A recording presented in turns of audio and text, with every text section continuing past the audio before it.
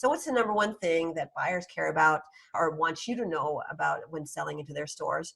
That is that they are not responsible for your product. You are. So what does that mean? Most people think that if they get a product into a retail chain like Bed Bath & Beyond or whatever, once they get a purchase order, they're good to go and the buyers will manage everything and everybody will be happy. That's not really how it works with retail chains. What actually happens is the buyer will give you a shot. They'll test out some of your products and put it in their stores. And at that point, they'll see if the product sells. And if it doesn't, they'll move on. Or if it does sell, they're going to stay and they're going to continue to work with you. But more specifically, what they don't want to deal with is making sure that your product got there on time, that your packaging was correct, that it didn't get squished in delivery, that if you put your product, say, on a clip strip, which is one of those plastic strips that has a bunch of your products on it, that if it was delivered to stores that the product was placed in the correct way or not, because sometimes these buyers get so busy, they're not paying attention to your product and so forth.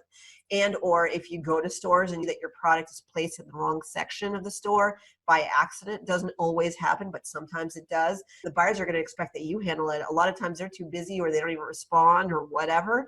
And it's like you had that one shot to get that product in the stores. And so you just want to make sure that things are managed and so forth. These retail chains have a lot of systems in place to have you review the products in real time to see whether or not the product sells or not. And so they're expecting that you're looking at the systems, making sure that the product's selling. If it's not selling, if something looks strange, that they want you to be all over it, looking at it, seeing what's going on there. And then ultimately, if that product is not selling, you need to get into those stores to see what's going on. Now, it might freak you out, and some of you might say, oh, then I'm not going after retail chains. I'm telling you this not to freak you out or anything, but to help you think about the process of the buyers giving you a shot.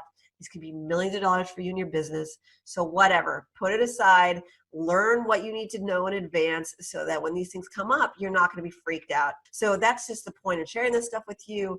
It's really just to support you and helping you and letting you know that all of this stuff is totally learnable and manageable. And it is a lot easier than you think. And you can avoid a lot of these headaches, a lot of these issues in advance before you even deal with retail chains. If you want to learn exactly how to reach out to retail chains, what to say to them to get them to buy, how to ensure that this is taken care of, that your product will be managed correctly so that the product sells and everything converts, then you definitely want to learn more.